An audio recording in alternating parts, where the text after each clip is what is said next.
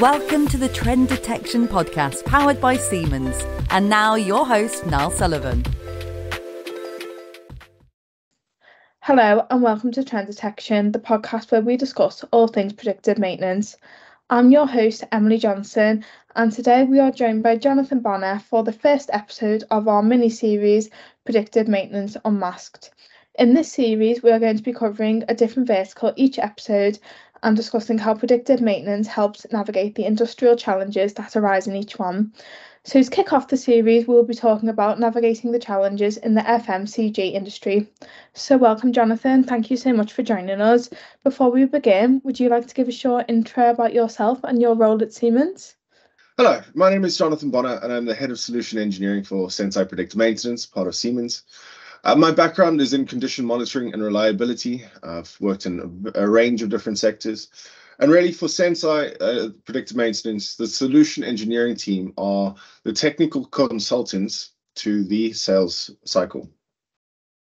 Why is it so hard to bloody introduce myself? That's okay. No problem at all. If you want to go again, don't worry, you can always start again. One more time. That's absolutely fine. Okay. Yes, hello. My name is Johnathan Bonner. I'm the Head of Solution Engineering for... You know what I'm going to do? It's okay. If you got a little intro, maybe you haven't typed up somewhere, or I have introduced myself 10,000 times.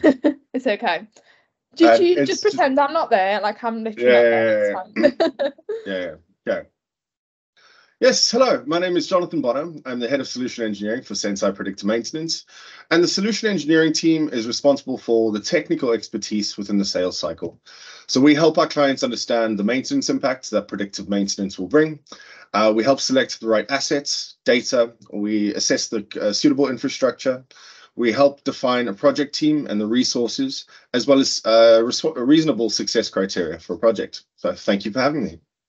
Oh, no, thanks so much, Johnathan. So I guess, obviously, as mentioned earlier, the main topic that we're going to be talking about today is navigating the challenges in the FMCG sector. So can you shed a little bit more light about how significant is unplanned downtime in the FMCG sector? Unplanned downtime is a factor in all industries, I imagine. Well, I know for a fact. But in the FMCG sector specifically, it's not that high.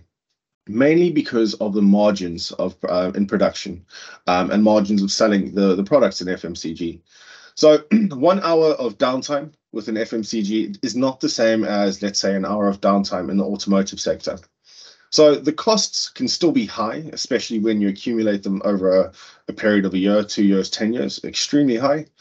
But really, they are much higher costs when it comes to the planned maintenance efforts within this sector, as well as product waste and rework. These tend to be extremely high and definitely areas that we focus on with predictive maintenance. That's a great answer. Thank you, Johnathan. I can imagine that there are massive costs associated with these periods of unplanned downtime.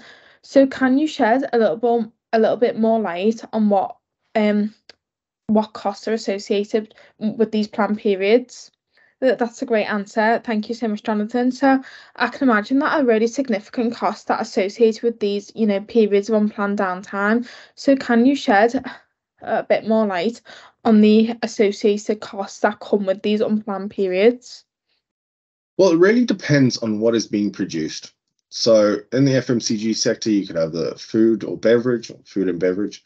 You could have the fast-moving consumer goods. So it could be personal products, contact lenses, and there's a range of different products that are being made. Each factory will have a different cost associated with it. But in our industry standards of downtime, these can range between thousands and tens of thousands per hour. So a stop to production equates to thousands to tens of thousands every hour. And if you're having stops in 30-minute intervals, 3-hour intervals regularly, those costs do add up very quickly. Yeah, that's a great answer. Thank you so much. And I guess one of the massive issues in this sector is product waste. So how does predictive maintenance directly address maintenance issues and product waste? Well, predictive maintenance really is around the upkeep of maintaining uptime, the upkeep of uptime. But it really helps with visibility of operations and asset condition. If your maintenance teams and operation teams have an understanding of the plant's condition, they have early signs of degradation and warning before failure, they can start to plan in their activities around this knowledge. So you have better planning time for maintenance when it's best suits production. You can make sure you have spares available, that you're not needing to import spares, and this could take weeks or months to get to you, and you're sitting with a big problem for all of that time. It also reducing your unplanned events, especially in the middle of a production run where you're making a batch. If something were to go down, that could have a huge impact on meeting your orders, on finishing the work, as well as overall productivity for the plant. Yeah. So with predictive maintenance, if you have an understanding that an asset is going to fail, or you can see signs of degradation within your assets, you can correctly plan, do maintenance when it best suits you as an organization, and reduce any product waste due to failure during or in the middle of a production run. Yeah. When we also look at, like, let's say bottling, for example, if there is a leak within the system, or a failure that happens while you're running a production run, that needs to be repaired. All of the lines need to be flushed and cleaned, and then you have to start everything back up again. So It really does cost a huge amount in wasted product, raw materials that you cannot use again, you cannot then bottle. So if you can avoid those events, you do save a huge amount on your product waste. Okay, no, that's great. Thank you so much. And I feel like you've touched a little bit on, like, warning signs and what to look out for if, failure is anticipated. I know this is kind of going off script a little bit, but can you kind of, like, flag those areas that you think, a company should be looking for? Like, what are those key things that are kind of a warning sign that, a breakdown or a period of unplanned downtime might occur? Well, if you don't have a suitable solution in place, like predictive maintenance, these things happen without warning. Something will go bang, the lights will start flashing. Maybe there's an indicator, like a siren, for example, or a melody that plays, and you then have to go and react to that. But with condition monitoring and predictive maintenance, you have an understanding of asset condition and then signs of degradation. So what you're looking out for is automated notifications. An alert that something meaningful is changing. This alert will go to the responsible people, mainly within the maintenance teams, and they can assess what the application solution is telling them, go and investigate the asset, look for and use their skill sets to look for anything wrong with the assets, the production, any visual indicators to confirm that what your notification is saying is correct. And then, as I've mentioned, plan in the repair before it actually affects you. Yeah, no, that's brilliant. Thanks so much, Jonathan. So I think that kind of links into my next question. So how does predictive maintenance enhance the lifespan and efficiency of machinery in FMCG manufacturing setup? So great, it's great that we get the setup, but I think the lifespan is a really important factor. How often are these maintenance checkups needing to occur? I think that's probably a big, question for a lot of companies out there. Yeah. Well, it depends on the type of facility you have. So let's say predictive maintenance is now included in a brand new facility. Well, it gives you immediate coverage of your new assets. And if we look at the bedding in failure rate for assets, it's not particularly high and out of all of the assets that there are. But it is still costing factories, facilities a huge amount. Just your bedding in process, the wearing into a normal, stable condition of an asset. So if you can have early indication of that bedding in failure that is going to occur, you can plan for that and make sure that you can replace the component or perform maintenance before that failure absolutely causes secondary or consequential damage to the system. By also having predictive maintenance included in your new facility, you can start building a baseline from the very beginning, and you can start gathering a history and a learning, more importantly, of your assets, of your operations early on. By including your maintenance teams in this process as well from the very beginning, you will be assisting them with their operations. You will have a much more efficient maintenance team who have a much better understanding of their assets production and requirements around production, maintenance, and so on. For an established facility, the older ones, increasing reliability is a necessity. Predictive maintenance, and some of our clients are in factories that are 30, 40, 50 years old, some even more, with assets of equal age. So increasing the lifespan of these assets that you can't buy anymore because they're just not being made, or those specific ones aren't being made, increasing the lifetime of those is essential, because otherwise the company needs to spend millions on getting a new machine, a replacement machine made and customized for their environment. So it really only has positive effects long term.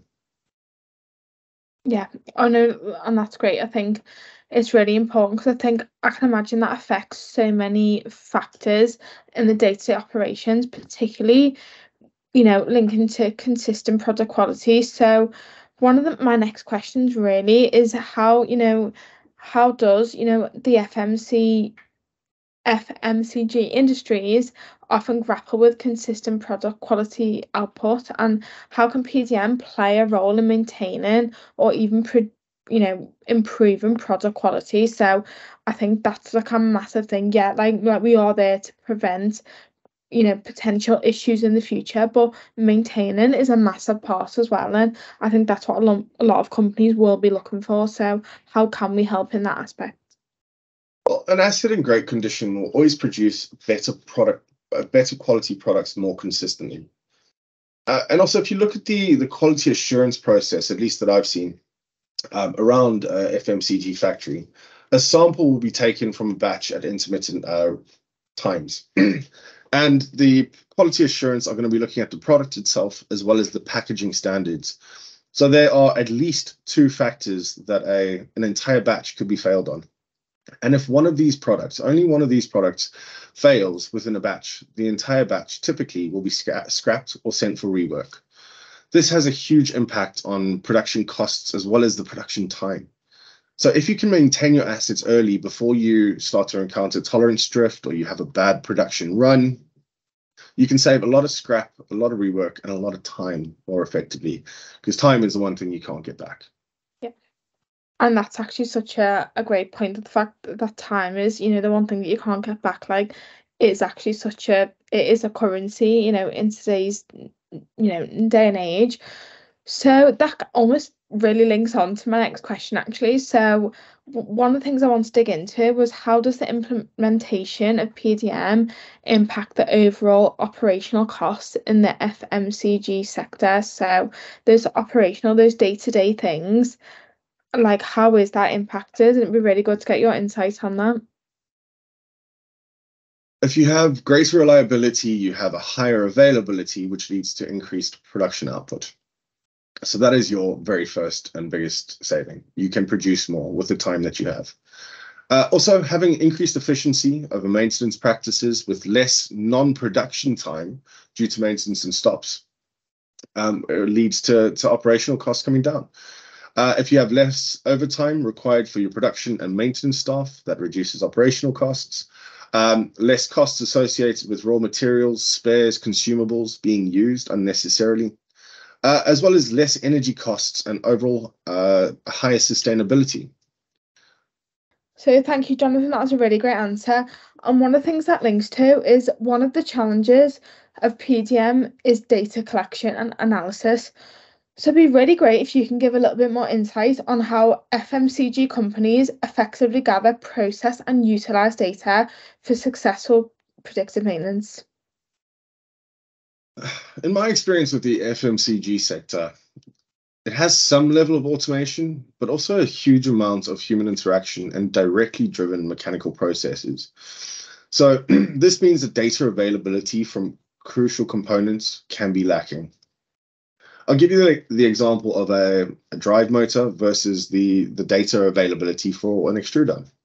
So the drive motor typically will have data, something like current, torque, temperature. As a starting point for predictive maintenance, that is fine. Definitely extremely useful, and that can cover a full range of failure modes for an electric motor.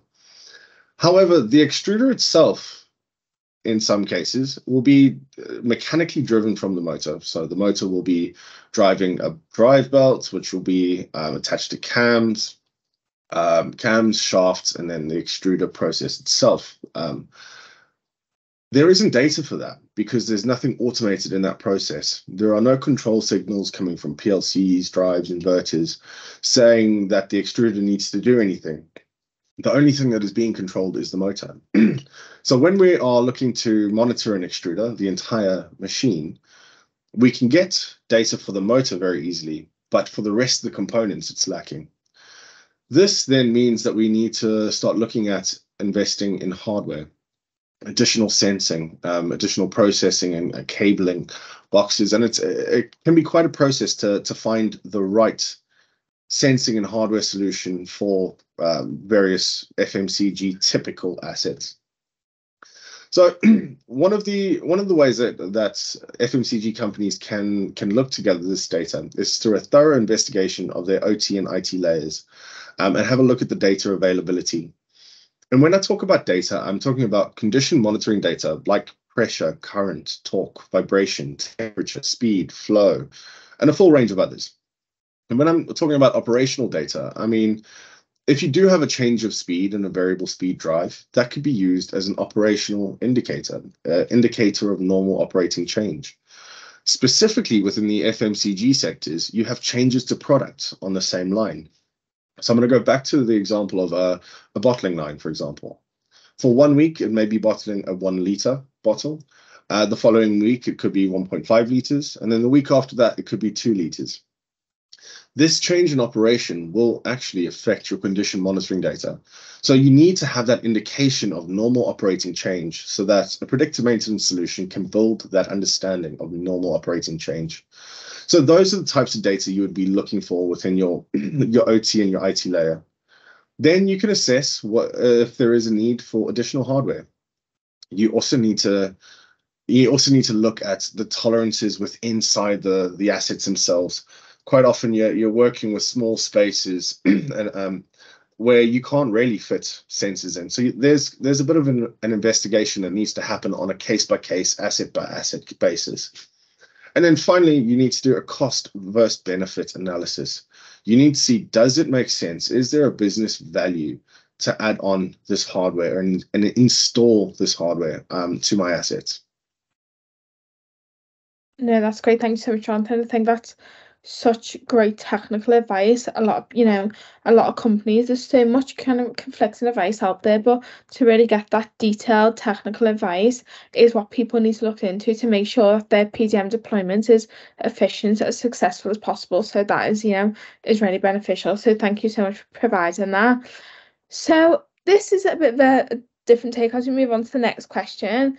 Would you say there's a bit of a skills gap in the FMCG industry when it comes to implementing and managing PDM solutions? So do you feel like there is something a little bit lacking and that there is a wider kind of recruitment issue that we need to get people in to fill that gap?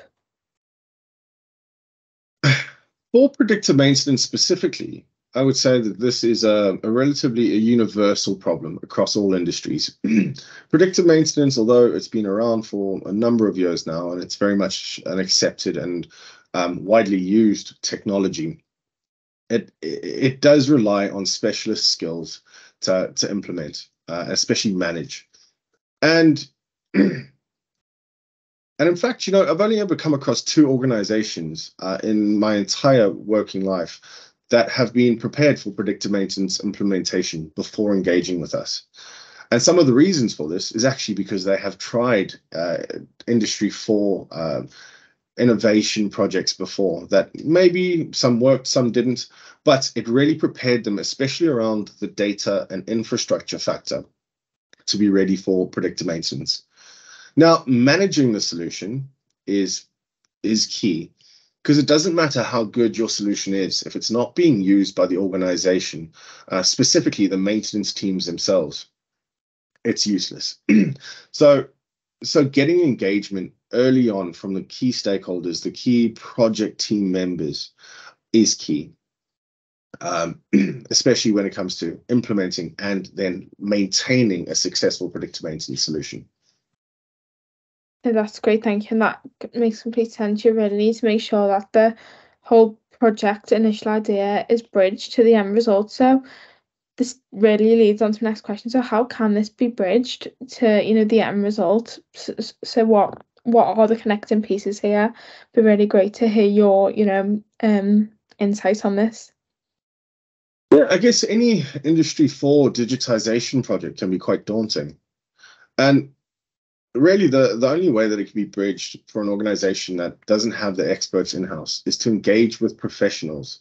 For example, we have regional teams across the globe who can all assist with on-site assessments to help bridge this and to maintain success throughout the entire life cycle of the solution. You also need to assess your maintenance strategies, the KPIs.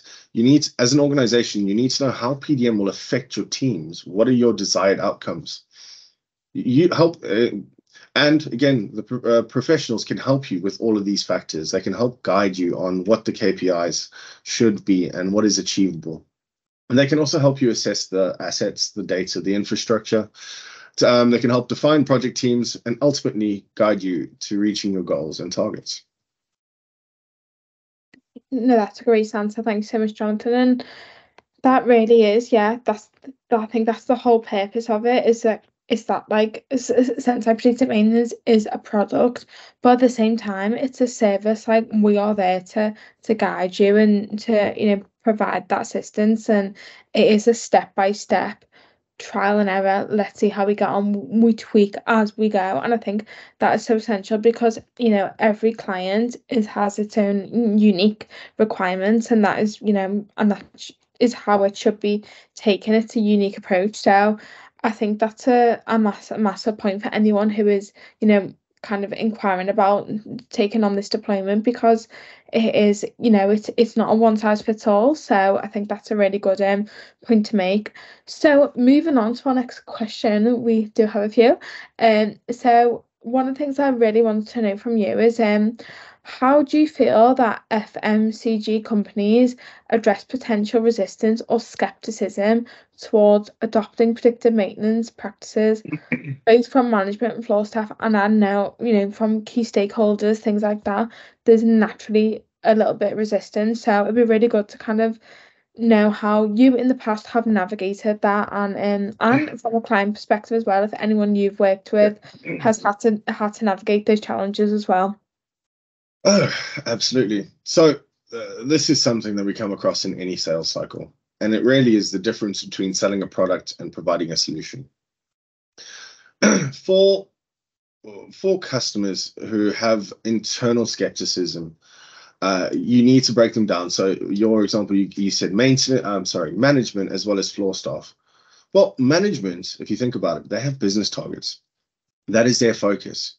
So when you're trying to implement a solution, it's really around targeting the value predictive maintenance can bring in achieving those targets.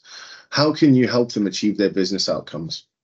Whether that's to reduce their costs, improve availability, increase their OEE. That for them is a good way to show the value and benefits and really get them on board with the solution. For floor staff, it's around targeting the value it brings to their day-to-day. How is this solution going to impact them on a daily basis? And really, predictive maintenance specifically is around making the floor staff more efficient at what they do. So inevitably, it comes down to targeting the value. Yeah, and it's really interesting the way you talk about value, because I think for a lot of companies, value means return on investment. Like, what is that monetary value? So I think it'd be really interesting to see, like, do you know how FMCG companies measure that return on investment? Like what are their KPIs? Like, what are they coming back to you saying, I want to see this, I want to see that? What are them key facts and key pointers that are are the big kind of the measuring factors? Whenever we try and or whenever we project project success as well as the value and benefits, The factors we look at reducing, so as far as costs are concerned for a company, are around downtime, planned maintenance, spares usage. So these three factors you can calculate quite easily, and this is where your return of investment comes from. Again, due to the small margins of the FMCG sector, reduction in unplanned downtime is not always going to give you a huge return of investment like other industries would benefit from. So it's going to be the combination of unplanned downtime avoided, less planned maintenance cost, less spares usage, less scrap and rework, and a higher throughput. And once you combine all of those factors, that is where the value lies. It's in targeting all of these factors, not just focusing on one of them. That's great. And I feel like this can be one of them things that we might have to edit out, but what challenges do they encounter in this measurement? So I know you want to kind of add a little bit to that as well. So do you want me to say that a bit clearer and you can kind of answer? Yeah. So thank you so much, Jonathan. That's a great answer. So what challenges do you feel that a lot of companies encounter in this measurement? Well, everything I've mentioned can be calculated, but it can be extremely hard to find the numbers for. So how one department will calculate the cost of downtime for an hour or an increase in OEE versus how another department will calculate this can differ hugely. I once had a client who had to back calculate what an hour's production cost them based off of overall factory OEE figures. And this took them the process took about 4 months to complete, just to try and get the right figures from the right people within their business. Yeah. However, when we start a project, or even before we start a project, we help define the goals, success criteria, and KPIs for the predictive maintenance project. And we start tracking these factors. We start tracking them from the very beginning so that at the end of it, we've got a great success story. And we can even track and calculate these KPIs over time within the app itself. So we try and focus on what is important to the organization, track those, and also help our internal support, our main project sponsors, have these figures to show within their organization, especially when it comes to expanding. And I think that point of having something to show is so significant. Like having something to show at the end of the day, the investment in these deployments is significant. It's a high monetary value. It's not, something that can be taken lightly. So I think one of the things that is really interesting to me is how can we take these projects to be scalable? So one of the things I'm really interested in, if you could kind of give me a bit of light on this. So as FMCG companies grow, how can they assure that their PDM solutions are scalable and adaptable to increasing production demands? I guess every organization these days has to move with the times. Yeah. They have to include technology in their advancements and new builds and retrofits. Quite often organizations will have a development team, a digitization team, an innovation team. And these are really good in the fact that they bring in new ideas to an organization. And as long as there is a business case to be solved, then this can be successful, and this can help with scalable and increased productions overall. There has to be a business case. There has to be a value. It doesn't matter how successful a project was. In other terms, if you haven't actually brought a monetary value into the project, it will never scale. So whenever your organization is undergoing these innovation or digitization improvements, make sure that it's actually solving a business problem so that it can bring business value. I know, I think that's absolutely brilliant advice, but I guess how can you future-proof that?